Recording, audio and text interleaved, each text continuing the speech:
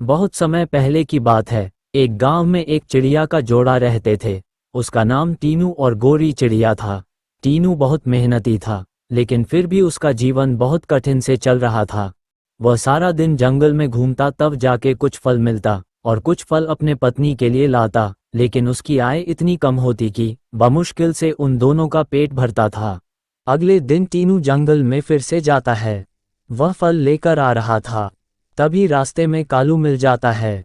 कालू टीनू से कहता है, टीनू भाई कहाँ से आ रहे हो? टीनू कहता है, कालू भाई मैं जंगल से आ रहा हूँ, फल लेने गया था। तब कालू कहता है, टीनू भाई मुझे जोर से भूख लगी है, ऐसा करो एक खाना मुझे दे दो। टीनू थोड़ा फल कालू को दे देता है और फल अपने गोरी को ले जाता है।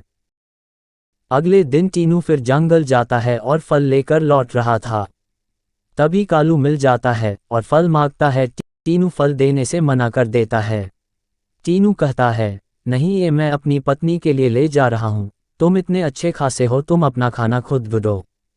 कालू टीनू की बात नहीं मानता है और उसका खाना छीन लेता है।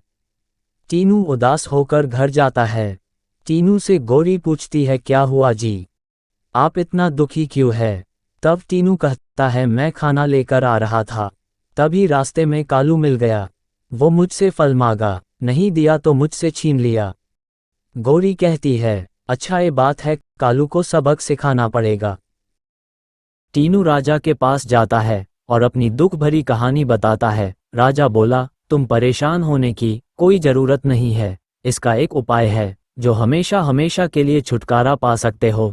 गिरी जंगल में एक जहरीला फल है, तुम वह फल लेकर आओ, जब मिले उसे फल दे देना, खाकर वो मर जाएगा। टीनू चल देता है फल लेने। फल लेकर लौट रहा था, तभी कालू फिर मिल जाता है और फल मांगता है। टीनू वह फल दे देता है, कुछ ही समय में खाकर मर जाता है। टीनू हंसने लगा और वहां से चल दिया। टीनू और गोरी बहुत खुश थे।